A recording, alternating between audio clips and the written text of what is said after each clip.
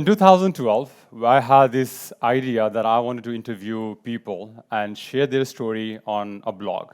At that time, I was studying in college, second year, and the only way I knew how to build a website was by writing HTML, CSS code and doing backend development. But the challenge was that I didn't know how to do that, and I still wanted to have a website. So a friend told me that I should look into WordPress because it's extremely easy to create a website. And that was the first time I heard about WordPress. So I started looking into WordPress, what it is, their themes, their plugins, and I searched for a lot of themes, and I downloaded them to create my blog. But the challenge was that even after I downloaded the theme, I didn't know how to use it because I was extremely new to WordPress. But there was this one theme that had step-by-step tutorial on how to use their theme. And the only reason why I used that theme was because they had a YouTube tutorial. A few years later, when we were developing themes for other users to use, I remember this because as a user, I found that video extremely helpful. So when we were building themes, we created YouTube tutorials step by steps. And here's a screenshot of one of the tutorials that we made. It took me around 7 hours to build these tutorials, and it has got more than 200,000 views, 1.8K plus likes, and hundreds of comments. Hi, my name is Raushan. I am co-founder of Codewing Solutions. Some of our products are Rara Themes, Blossom Themes, Dolby Travel Engine. I've been using WordPress for more than 10 years. And then I have been a team of, I have worked with a team to build more than 150 products. And I hope that this presentation is going to be helpful to all of you. Now, before I move into different marketing channels that I'm going to talk about, I want to get a sense of audience that we have today. Could you raise your hand if you are owner of products? Just can I see a raise of hands? Okay, I can see a couple of them. Great. How many of you are marketers? Could you please raise your hand? Great. How many of you are part of product development team? Okay, great. So the first marketing channel that I want to talk about is YouTube marketing. Like I said, how I got introduced to WordPress because of YouTube. So when we were building this product and we were doing marketing of our themes, I want to share one thing that happened while we were doing this. At very early stage, when we were building product, we had very limited resources. And so I was doing support, I was doing product development, or at least in the strategic side, I was doing a lot of other things, and also making video tutorials. So we had created 3 video tutorials for 3 of our products. And we had, at that point of time, probably 10 or 12 products. And for those, we didn't have video tutorials. However, we were utilizing a lot of marketing channels. We were doing search engine optimizations. We were exploring social media. At one point of time, as we were looking at different data from what is working for us as a marketing, we realized that the 3 products for which we had video were bringing in 80% of the revenue. 3 products which had video were bringing 80% of the revenue. And that has amazing impact on how we were thinking about marketing. Before that, we were building, of course, the videos, but not in a very comprehensive way. After that, we changed our strategy and focused a lot on YouTube marketing. And I'm going to share with you how we are doing YouTube marketing so that you could also utilize that for your products. So there are 2 ways how we do YouTube marketing right now. The first one is we create video tutorials ourselves. And the second is we work with a lot of influencers so that we could leverage their subscribers and then their influence. Now, of course, both have their pros and cons. When we were starting doing YouTube video for ourselves, there were a few challenges. For example, we didn't have a lot of subscribers, right? So if you start your YouTube marketing from the very start, you don't have, let's say, 100 subscribers. The challenge would be that even if you make a lot of videos, you'll not get a lot of views. And we'll talk about how you can increase the visibility of your videos as well. But the pros are that the cost will be less. You could also make sure that you understand your product very well. And like I said in my earlier story, the reason I used that product, because it had a step-by-step tutorial. And so you could cover your product step by step and make sure that your user understand how to use your product, because nobody knows your product better than anybody else, right? And so that's an opportunity for you to create a very comprehensive guide for your user to use your product. Of course, the downside I said earlier is that you'll have a limited reach for that. So we started working with influencer in last year to promote some of our product. And one of the advantages that we saw with influencer marketing is that we create one video with, let's say somebody has 100K subscriber, and tomorrow we'll be reaching out within 24 hours to hundreds of thousands of views. And that was one of the extreme insight that we use for marketing of our product. Now, when we were doing just videos for our products, we could create one videos, two videos, and we'd get a few hundred views. But when we were working with influencer, and not just one, not just two, but hundreds of influencer, our views skyrocketed. And a lot of people started to learn about our products, because the advantage that we were leveraging was somebody else's subscribers who have spent hundreds and thousands of hours to build that subscription base, but also the trust. Because if somebody is recommending your products, they're not just going to recommend because you are paying them. They also need to trust in your product. And because they have...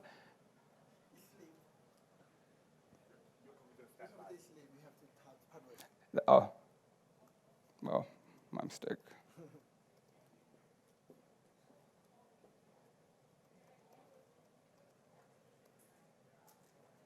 Sorry about that. We're basically leveraging the trust of somebody else, because they would try our products, they would like our products, and they would recommend our products. And so this is how we were doing YouTube marketing. Now, while we were doing YouTube marketing, a lot of people stop at just creating videos or working with influencer, but we went further ahead and tried to increase the visibility of our videos. And we did it in a couple of ways. First, we made sure that we have that on documentation page. I believe that if you have video tutorials, most of you include on your video tutorial page. But we also include on our sales page. Whenever somebody downloaded our products, we sent through product download notes. We also added on our documentation page, our support footer notes, and so on. And it helped us in many ways. Now, if you have been doing YouTube marketing for some time, if anybody does here YouTube marketing? No? Okay, I see one hand. When the way YouTube marketing works is more people watch your videos and they are engaged. The YouTube give positive signal to your videos. And one of the ways how we were able to increase the ranking of our videos on Google search engine was also by having these videos in a lot of places. Now, to give you a few stats on how it worked for us, last year while we were doing YouTube marketing for one of our products, which we were pending for a pretty long time. We had thought like we'll do YouTube marketing, but it was pending. And within a couple of months, we saw an increase of 30% in our revenue. And I believe that it was mostly because of the YouTube marketing that we did. And so I would highly recommend that if you have not been doing YouTube marketing, please look into that. Another thing that we have done with the YouTube marketing, and there are a couple of strategies that we use, because all of us probably know that we should invest into YouTube marketing. We should do it because that's where a lot of people learn about how to use product. But a couple of things that we have done that has worked exceptionally well for us.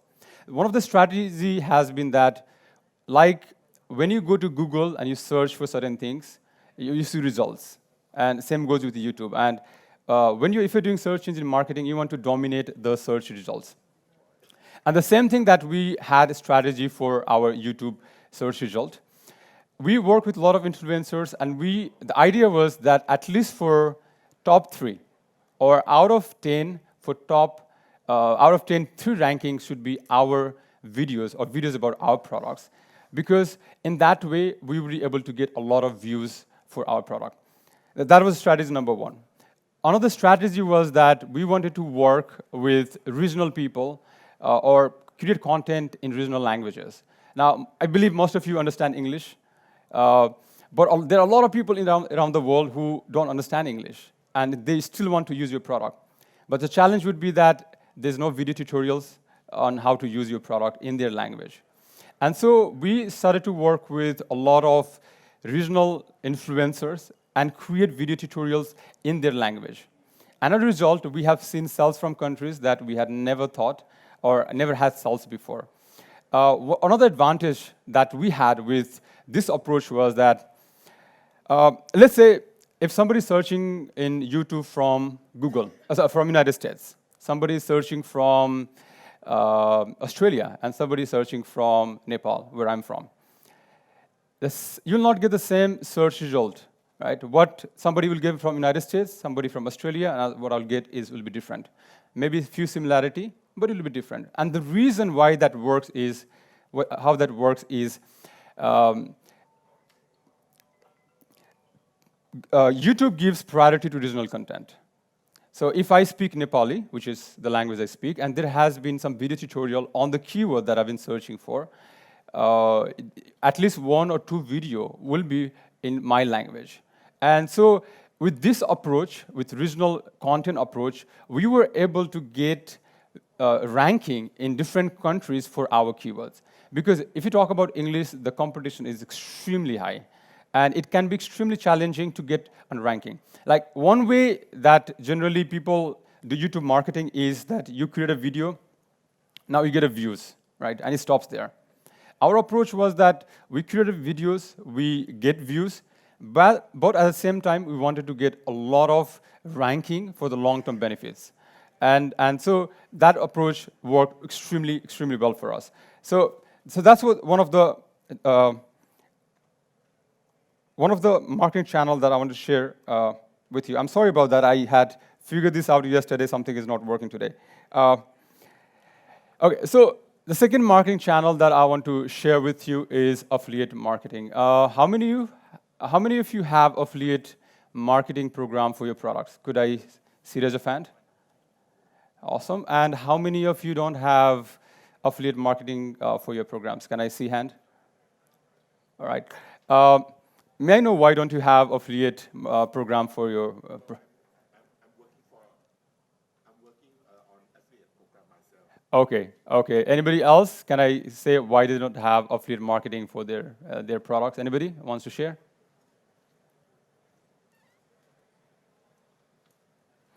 All right.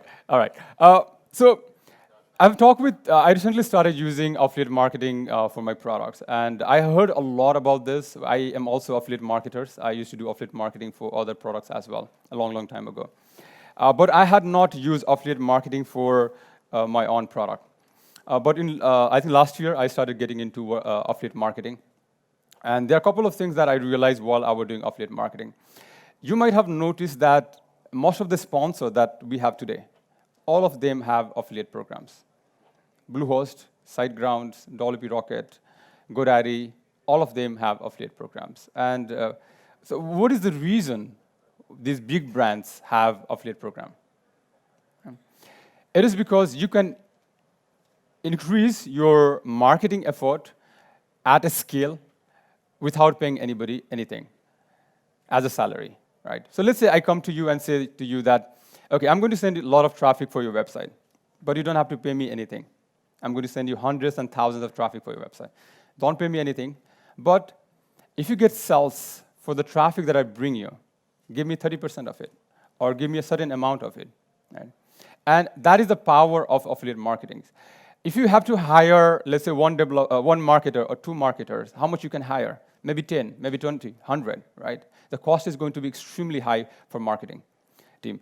But with affiliate marketing, you can work with a lot of influencers to increase your product sales, right? So the reason why we got into affiliate marketing was initially when we were trying to push our products to ask other influencers to list our products in their articles. Let's say 10 best themes, 10 best plugins, blah, blah, blah, right? And so we would reach out to them and send them, can you include our products in your article? And most of them would ask, do you have an affiliate program? Because how most marketers survive is they make money through promoting other products, right? And so we didn't have affiliate programs back then, and we missed on a lot of opportunities. So we created these affiliate programs, and currently almost 5% of our revenue come just from the affiliate programs. And so couple of things to keep in mind when you are getting into affiliate programs. First thing is you need to have a simple affiliate page, right? And that's pretty easy to do. You have lots of plugins. We use affiliate WP plugin for doing that, but you can find a lot of plugins. And then you have to make sure that those affiliate pages are visible to the audience when they come to your website. For example, do you have that in your header? Or do you have in the footer? Are you sending that or notifying users that you have an affiliate program on your website or not? And therefore, it's extremely important that you educate your users that you have an affiliate program. What we also did was we reached out to a lot of influencers, a lot of bloggers, informing them that we have an affiliate programs and sign up for it. For example, so we have WordPress themes, we have WordPress plugins. And so we figured out who have articles about WordPress themes and who promote other WordPress themes. Now, if you go to Google right now and you search for, let's say, best WordPress themes or best WordPress plugin, you'll notice that out of top 10 products, most of them will have affiliate programs. And the influencers who are recommending are also linking to the affiliate programs. Right? And this is how the industry works, and it's very important to make sure that you're reaching to a lot of influencers who could promote your products. So that's the second marketing channel that I wanted to share with you. And moving on to the third marketing channel,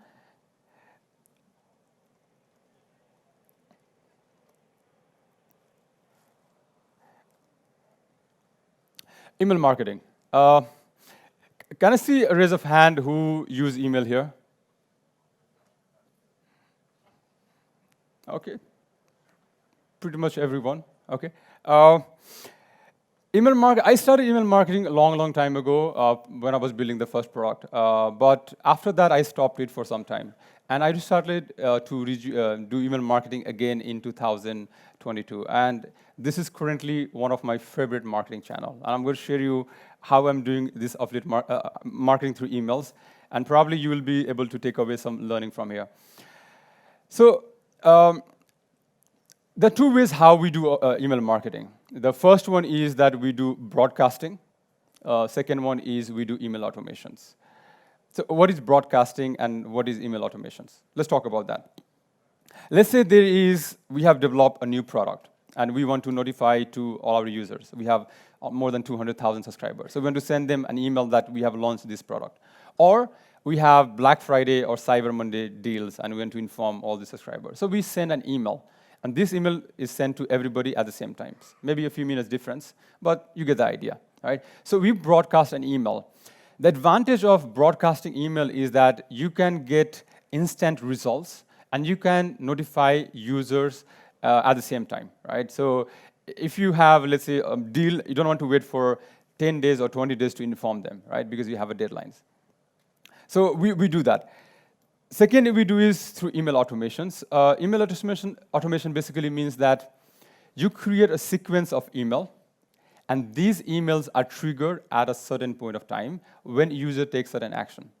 For example, if somebody downloads your product, or in our case, somebody downloads our product, we send a welcome email. When they take a certain action in that email, we send another email. Right? So we have a couple of emails that we send when a certain action are taken. And it has worked pretty well for us. To give an example, so recently we got an email from one of our subscribers where we have sent this email. And one thing that we do with our email is that we keep our email very personalized, and we also tell our story on how we build our product. For example, one of our products is Blossom Themes. So my wife and I found this product. My wife is here. So the idea we built this product was when we had this one product and we were looking for feminine WordPress themes, and there were not a lot in the market. And there was a lot of challenges to females to build a female website, a female-friendly website. So we built this Blossom Themes. So we tell this story on how we build Blossom Themes. Similarly, for one of our products, which is WP Travel Engine, I have 10 years of experience of working with travel agency on building their website and marketing their website. So I tell the story on how I was able to come up with this idea and what is added on this product. What happens with that is people know your story. Like probably you'll not remember my speech, but probably you'll remember that when I was in 2012, how I learned to build a website, right? Because people remember story. And that's how we connect with the audience. Now, there's something about interacting with the founders. So all of our email goes through founders, and we get a lot of amazing responses. Somebody recommends features to our products, right? Of course, we collect feature requests through other platforms, but they also send an emails that, oh, why don't you add this feature to your product? This will be beneficial. They have questions about upgrades. They have questions about some services that they want to buy. In fact, recently we had this one question from a lady who wanted to buy 2 of our monthly subscriptions. And probably would not have got that sales if it was not through personal emails. And so it has been extremely, extremely helpful for us. Now, it's extremely important that whenever you're doing any of these marketings, right, you broadcast or you do email automations, you have to segment your users. Now, what I mean by segment, right? Anybody understand what is segmentation here? Okay, I can see 1, 2 hands, 4, 5. Okay, great. So what is segmentations? So let's say we have 200,000 subscribers, right? And if you send the same email every time to everybody, it might not be beneficial for everyone, right? To give an example, let's say somebody has downloaded education theme, somebody has downloaded coaching theme, right? For example. So if I send coaching message to educations and education message to coaching, they will probably unsubscribe from the newsletter, right? So you want to segment this user and send very personalized emails according to what is essential to them. To give an example, if somebody has downloaded a product which is about, let's say SEO, right? So I want to send articles about marketing. I want to send articles about SEO, right? Or if it is about blog post writing, I want to send an article about that because you want to personalize and you want to upscale that, right? And so probably many of you have been getting a lot of emails from a lot of product companies, right? And you might have also unsubscribed that. And the reason why we unsubscribe is when something becomes irrelevant to us, right? So it's extremely important that whenever you segment your user, you send personalized email. And you can do that through automations. There are a lot of plugins in WordPress that you can tag whatever action or whatever product they have downloaded and segment them. And we do a lot in all of our products. So that's the third thing that I wanted to share. In email marketing, just to give another example, before I came to WordCamp Asia, I sent an email to our users promoting one of our affiliate program. Right? And out of 100 clicks, we were getting 10 sign up. Right? And that was 10% conversion. Right? And it was quite unbelievable when I saw the data. But probably it happened because we have been sending a lot of personalized emails. We understand our audience. So therefore, segmentation become important. You don't want to send the same email to everybody else. You want to make sure that you identify and segment this user, and so that send the email different to each of them. So that's my third point on email marketing.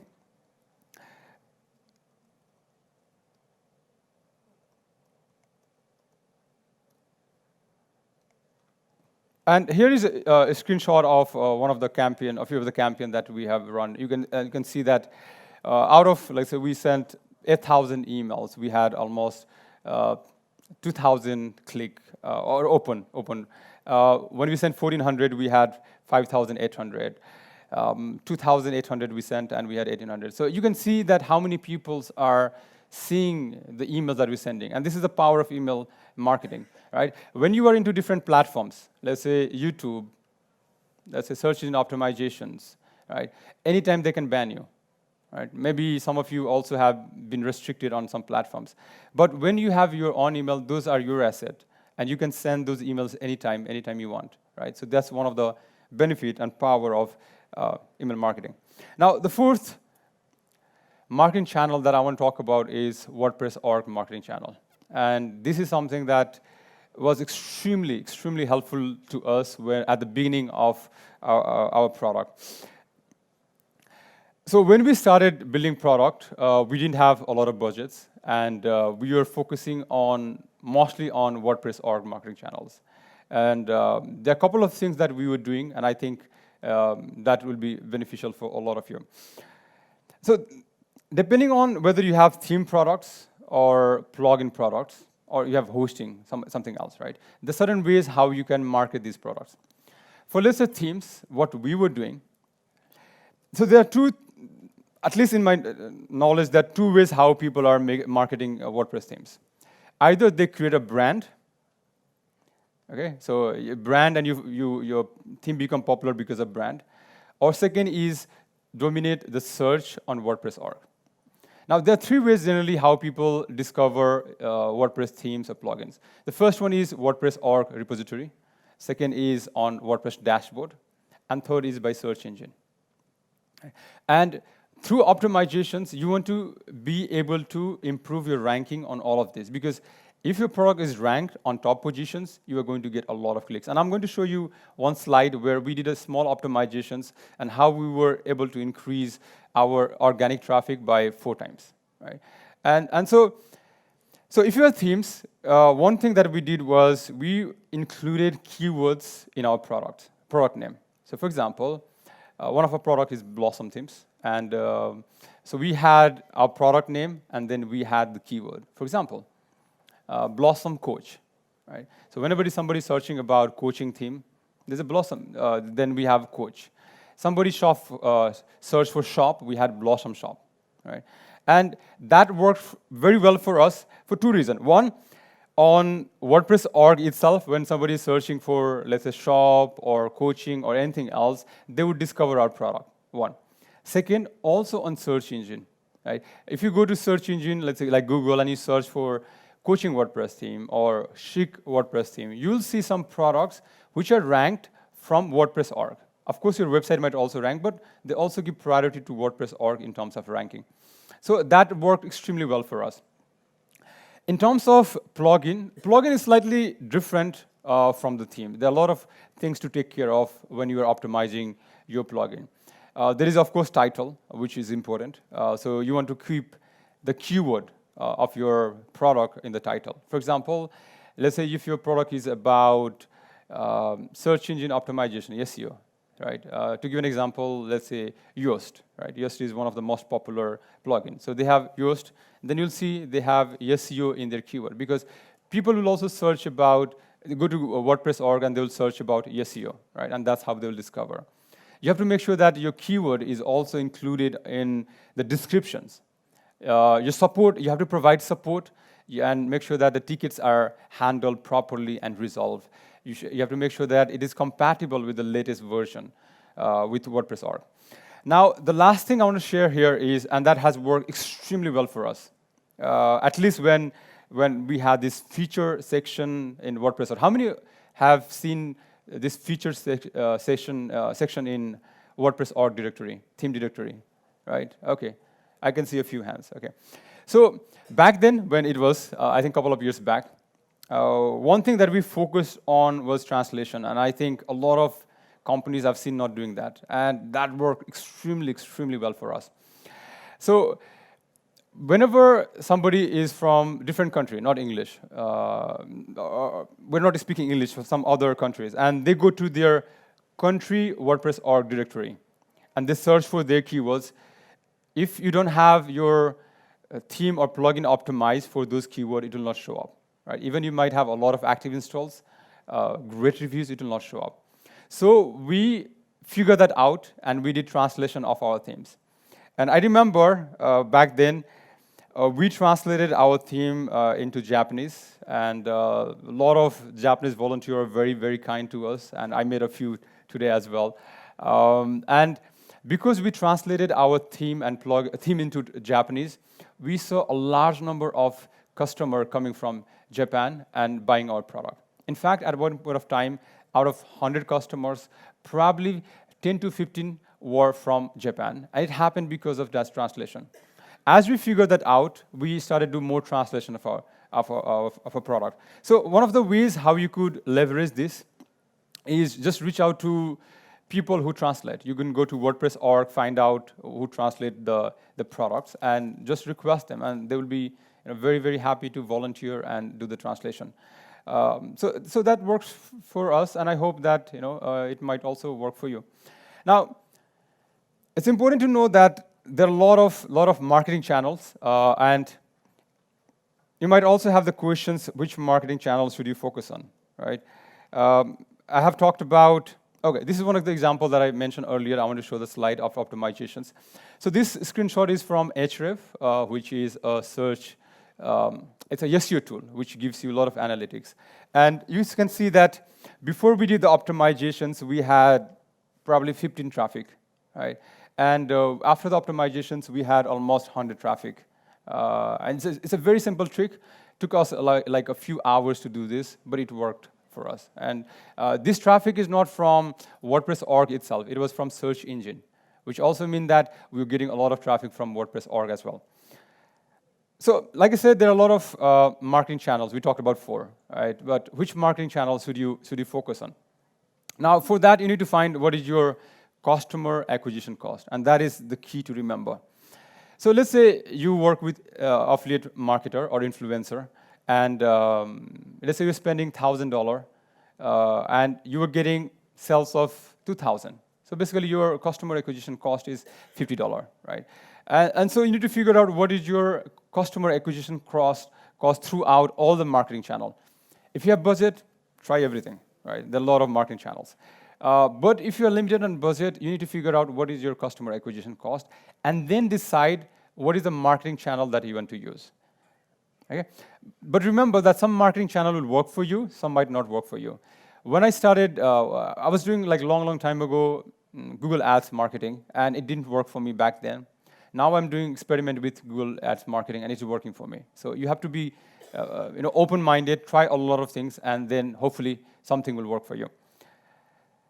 So with this, I have come to a conclusion of my presentation. So just to wrap up the key takeaways, the first one is the YouTube marketing.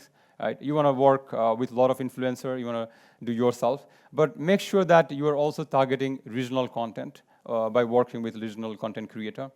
Second was affiliate marketing. Right? There are a lot of companies doing it. You should also explore if you have not already doing that. Third was email marketing. You can broadcast, you can send email automation, but make sure that you have personalized the content. Tell your story. I think that would be extremely powerful, and make sure that you have segmentations. And the fourth is WordPress org marketing. Optimize, but make sure that you also translate your content. With this, I would like to... What was the second one? Second one was affiliate marketing. Okay. So with this, I have come to conclusions of my presentations, and thank you so much. If you have any questions, please.